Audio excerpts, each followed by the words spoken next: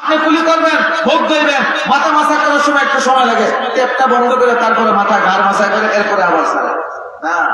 চাললো তো চাললো, এই যুবকটা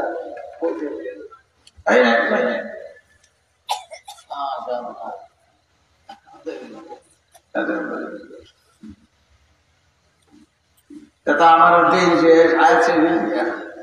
আচ্ছা, কসমটা শেষ করিলে কয়টা কসম হইল? এরপর সর্বশেষ আল্লাহ বলতেছেন فأثرن به نقعا فوسطن به جمعا।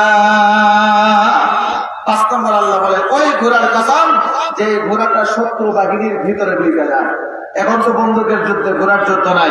একটা সময় ছিল তরবারির যুদ্ধ, আবারও আসবে।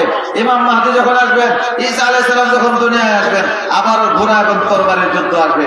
যদি কোনো সময় যুদ্ধের দরকার হয়, রাজি আছেন যুদ্ধ করবার লাগে? কখন রাজি না?